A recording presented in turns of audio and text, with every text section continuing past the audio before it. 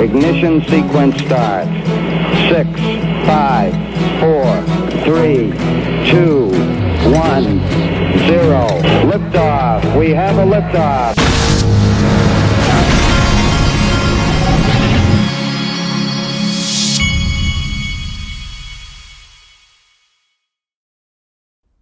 Hey everybody, this is the Digital Asset Investor, and it is Super Bowl Sunday. I'll tell you, I've got my money. Here's the deal. Patrick Mahomes, I think he has a gimp ankle. And if that ankle is a problem tonight, I'm going to call it for the Eagles. If he has recovered enough and he's not limping around out there, then I'm calling it for KC. That's kind of where I stand on this thing. Now, I'm going to show you the most bullish video ever. So now the narrative is that sports betting good, crypto bad, and it's from CNN, which really tells you that it's a narrative. Yep. Commercials then will people be talking about on Monday? Crypto is so last year. Crypto is so last year. Is Larry David ever wrong? So this year, Christine, we're going to see an interesting mix. Sports betting apps have been booming. They're going to be advertising heavily. Take a look at this DraftKings ad with Kevin Hart and David Ortiz. I know it's the Super Bowl and all, but everyone gets a free bet. Man, that's big. Poppy. So what's Kev betting? The short odds? You're both. I think he was one of the FTX promoters, actually. Cruz. Hey, I heard Kevin's taking the under. Right. All right, so there's their narrative, is that sports betting's okay, that's fine, but crypto's just way too dangerous, right? Too dangerous to maybe to the feds. Now, Molly Elmore, who has some serious guts, she doesn't take any crap.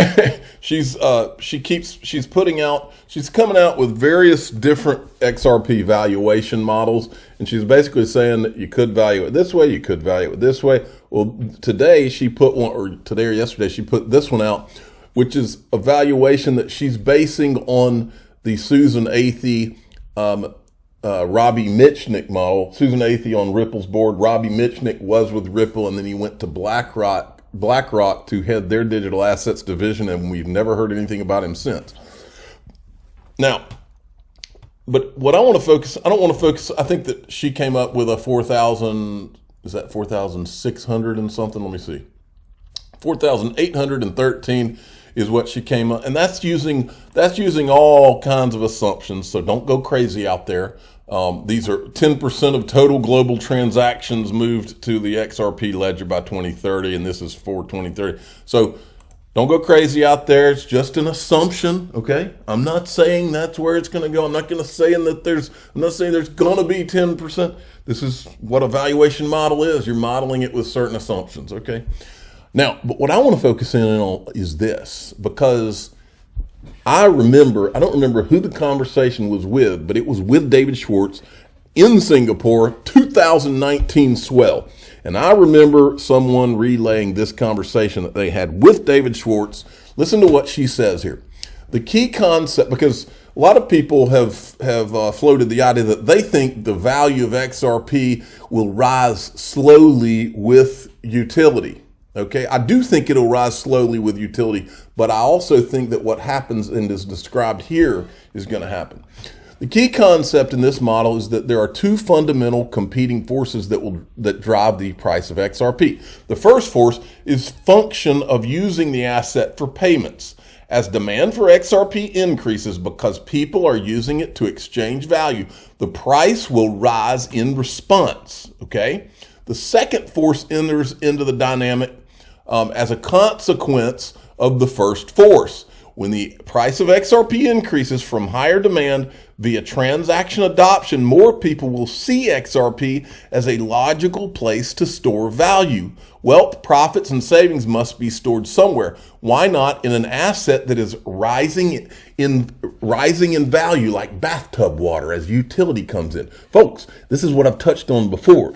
This is the way I've always thought of XRP. This is literally digital assets with the ones with utility are literally going to be like, as the use of them come in, it's going to be like a bathtub of water that's slowly rising. And what she's saying here, and what David Schwartz had a conversation with about somebody I was with in Singapore. I don't remember which person it was with. But what he says, yeah, that's the problem with the rising slowly thing, is that at some point, and this is not word for word, but at some point, people will realize that all of a sudden, maybe for the first time, and these are my words, not his, maybe for the first time in the history of the world, there's an asset that has both utility and speculation. In other words, use that could, maybe not the first time in history, maybe you could say that of oil, maybe you could say it of gold, but it has a utility that is where it's slowly rising. And then as it slowly rises from the utility, you have speculation and it pouring in as people start to realize, hey, this thing is kind of like oil. It's going to be used and it's going to be bought as a commodity. and then the speculation bounces. Look, folks, that's what made the Saudis some of the richest people in the world. And I've always believed that this is the second coming, like XRP is the new oil. And that's the point that's made there. Now, check this out. This was quite an interesting tweet. I don't know where, part of this I know comes from the FDIC website because he's got it up there. FDIC concerned about digital asset use cases. Look at this. If this is FDIC.gov.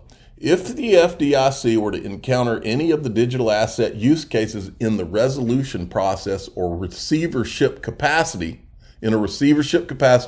what complexities might be encountered in valuing, marketing, transferring, operating, or resolving the digital asset activity?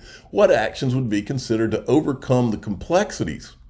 And then this may be from Ripple's website. I don't know where this part comes from or this part, but let's go with it. Global virtual currency regulatory landscape. Regulatory clarity will lead to institutional participation, reduced volatility, and emergence of enterprise use cases of digital assets. And then right here it says XRP, the first enterprise-ready digital asset. Ready for what? And then he goes back to this where the FDIC is talking about a receivership capacity. Check this out. He went into ChatGPT and asked what receivership is. Receivership refers to a legal arrangement where an appointed person known as a receiver is given control and responsibility over property, assets, or business that are involved in a lawsuit or otherwise in financial distress. The receiver is typically appointed by a court or by a creditor in order to protect and manage the property or assets in question until resolution to the legal dispute or financial issue can be reached. The receiver's responsibility may include managing the day-to-day operations of a business, collecting and distributing assets, selling off property, paying debts. The receiver acts as a neutral party. And anyway, this is very interesting against the backdrop of the SEC versus Ripple lawsuit. Now, here's what's going around today. Remember this video? I do. The FDIC never wanted this video to get out. Watch it again. It's worth watching again. They're talking about bail-ins, and they're talking about how you and I may trust the banking system more than those guys in the room there at the FDIC. And they're also talking about how maybe the conversations that they're having about doing bail-ins don't need to get out. It's really important. I mean, it's a little bit conflicted, right? I mean, it's important that people understand they can be bailed in, but you don't want a huge run on the institution. But they're going to be. People need to know, but I don't think you have much hope of reaching a public that doesn't have a professional need to know. I completely agree with that. I almost think you'd scare the public if you put this out. Like, why are they telling me this? Should I be concerned about my bank? Like, my insurance company doesn't tell me what they're doing with my assets. They just assume they're going to pay my claim. Right? I think you've got to think of the unintended consequences of taking a public that has more full faith and confidence in the banking system than maybe people in this room do. So there's a select crowd of people that are in the institutional side. And if they want to understand this, they're going to find a way to understand this. There's a bunch of law firms represented in this room. There's a bunch of people that charge them by the hour a lot of money to explain this all to them. And it's fine. I don't have a problem with that. And they all have huge staffs. But I would be careful about the unintended consequences of starting to blast too much of this out in the general. Well, that's what we're here for, is to blast the truth out. Sorry, Gary Cohen. So here's this. Now, the reason that came back up today is because of this. I think it's from InfoWars, and I'm not going to play it because they got music running all over the top of this. Well, what they said in here is that they've got a source that's a European contractor, I guess, with the banks or something over there. And the European contractor was basically saying that once that FDIC video leaked, all the people in Europe that know that they're planning to do bail-ins are scrambling around to make sure that they've got everything in place. So they're all worried about an outcry here, okay? Then you got this going on in Nigeria. Nigeria banks have collapsed, switching over to digital currency exchange, no more cash. The people are rioting, no food, no gas, no cash, coming to a bank near you. Watch this.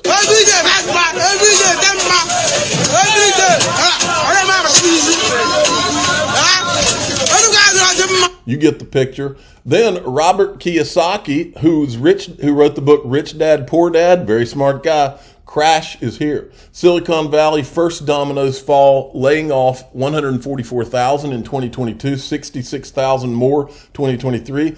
Valentine's Day massacre predicted by Stansberry Research. Everything will crash, including prices, gold, silver, and Bitcoin, I think he means. Do not panic. Good news. I will buy more gold, silver, Bitcoin, real money. The digital asset investor will buy more gold. I haven't been buying silver, but that's not because I don't think it's a good investment. It's just because it's more bulky than gold. So what I'm doing is I'm buying gold. I've bought gold in my Glint account. I'm buying physical gold, and Glint's my sponsor. And the link to Glint's in the top of the description. The reason I bought Glint in my gold in my Glint account is because I have a debit MasterCard where it's spendable. And the other thing that's important after this discussion of the bail-ins is that Glint, this is not a bank account, folks. Those banks closed down those bank accounts. That's not a Glint account's not the same thing. All right, back to his tweet. He said, I'll buy more gold, silver, Bitcoin, real money with fake dollars. I agree with that, but I would buy XRP, not Bitcoin myself. Now, check this out. Every once in a while, someone does a tweet that's worth thinking about the Ripple case. My Ripple case prediction. Ripple's previous and ongoing sales of XRP will be ruled a security. I don't know. I totally agree with the previous. I think that the ongoing sales, this is a questionable, but it's possible, okay, will be ruled a security.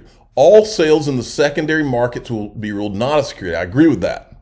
Ripple's XRP and escrow will only be sold to accredited investors. I think this is highly possible.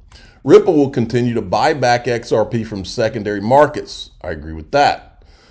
This would imply XRP will be relisted on exchanges, but they will not be able to restock via, in other words, a supply shock, folks.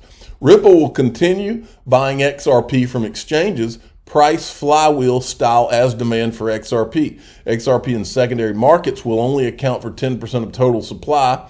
Just imagine getting this ruling in overnight. The available supply of XRP is cut by 60 to 75%. From Ripple's XRP plus escrow plus founders, financial institutions, hoarders. Recurring buyback of XRP by Ripple with legal restraints on institutions dumping on retail secondary markets. Last quote, screenshot this. Ripple's ongoing XRP sales being ruled a security plus U.S. exchanges relisting XRP, U.S. investor clarity, plus Ripple's continued buyback of XRP, an immense supply shock on secondary markets. We will witness God candles from flywheel effects. There's that flywheel again. Interesting stuff, right? Now, I want to show you this. The Bitcoin propaganda has been real and continues. It was never Bitcoin. Lies don't stand the test of time. They're even programming AI to lie to you. This is something I typed into ChatGPT yesterday. As you know, XRP was the best performing digital asset in 2017 before all the shenanigans and the lawsuits and the FUD and the media campaign against Ripple and the pundit campaign against Ripple, all of that, okay? I said, did Bitcoin outperform XRP in 2017? It did not. But it says, yes, in 2017, Bitcoin outperformed XRP. While XRP also experienced significant growth in 2017 with a gain of over 36,000%, it was still far behind Bitcoin's 1,300% increase. got a number issue going on there, ChatGPT. Then this guy replies, and he went and tried it in a different way. The first way he tried it is, did Bitcoin outperform XRP by a percentage increase in 2017? Yes, in 2017 it did. And then it goes on to say Bitcoin performed 1,300% to XRP's 36,000%, but that's a Bitcoin outperformance according to ChatGPT. It finally gets it right when he says it this way. Did Bitcoin have a higher percentage increase in XRP in 2017 than XRP in 2017? No. XRP had a higher percentage increase than Bitcoin in 2017. So that's how hard it was to get to the truth, because it's almost like everything, the whole narrative is programmed for Bitcoin to be better no matter what. Not a coincidence, in my opinion. Now, Jesse Powell, the CEO of Kraken, he's calling BS. He says, oh man, all I had to do, remember Gary Gensler went on CNBC after the Kraken settlement, and he said, look, this is very simple to register with us. There's just a form on our website. You just go in and fill in the form. And that's why we had to find Kraken and all this. He goes, oh man, all I had to do was fill out a form on the website and tell people that staking rewards come from staking. Wish I'd seen this video before paying $30 million fine and agreeing to permanently shut down the service in the U.S. How dumb do I look? Gosh. Now, John Deaton did a whole thread on how the secondary market, he's entered himself, he's trying to get in as an amicus brief in a civil class action lawsuit against Ripple, because he wants to keep, just like he did in Library, he's trying to keep it in front of these judges. He doesn't want them to be able to finish one of these lawsuits and have on the record that any of these digital assets in the secondary market are securities, because that would be a bad precedent. So he's gone in again. Well, yesterday I went and I found this. It's important that you understand what Gary Gensler's truly up to, and I copied all the Congress people on this because it's important. If Gary can declare all these things securities, you're going to hear it from the Kik CEO. They already sued Kik, and you'll hear it from him. This is what Gary's really trying to do. If he can call them securities, then they can't be used. Listen to what he says. This is what's important. This is why Congress has to stop Gary Gensler. In terms of like having settlement discussions, those haven't happened since the lawsuit was filed. And, I've seen a number of people speculate on why wouldn't they just take a settlement? Why wouldn't they just take a settlement? And if there was a good settlement, a win-win settlement, we would have taken it. Why? Because we understand the SEC is in a tough position. This is an industry full of scammers and fraudsters, and if we could help them create some boundaries around that, give them a tool to go after those scams, we would have been happy to do so. Sound familiar? But the thing we needed in return is explicit acknowledgement that Kin today and going forward is not a security. Sound familiar? Because if Kin is a security, it becomes unusable. If every time I want to buy a token, I have to go to my broker dealer, that's not going to work. There's nowhere in the United States that I can buy a security token as a general member of the public today. And so this is why, we're super excited. This is what Gary's trying to do, folks. What he's trying to do is call all these securities, shut down all these, basically he's putting all these exchanges out of business. And why? Watch how pro-crypto this guy gets once all these guys have been shuttered.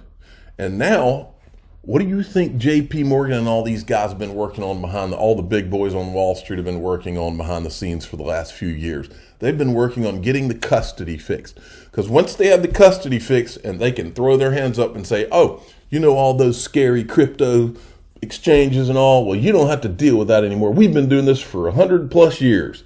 And the SEC blesses us because we have securities licenses. And yeah, you can use us. And then they get to hoard all the money because they know there are trillions, if not quadrillions, coming into this space. And that's the fact, Jack. I'm the digital asset investor. I'm not an investment advisor. This is for entertainment purposes only. Please subscribe, hit the like button, and tell your friends and family that this is all about squeezing out these guys so that Gary can hand this to his Wall Street buddies and they can make all the money off of this new asset class that's about to swallow all the rest of them.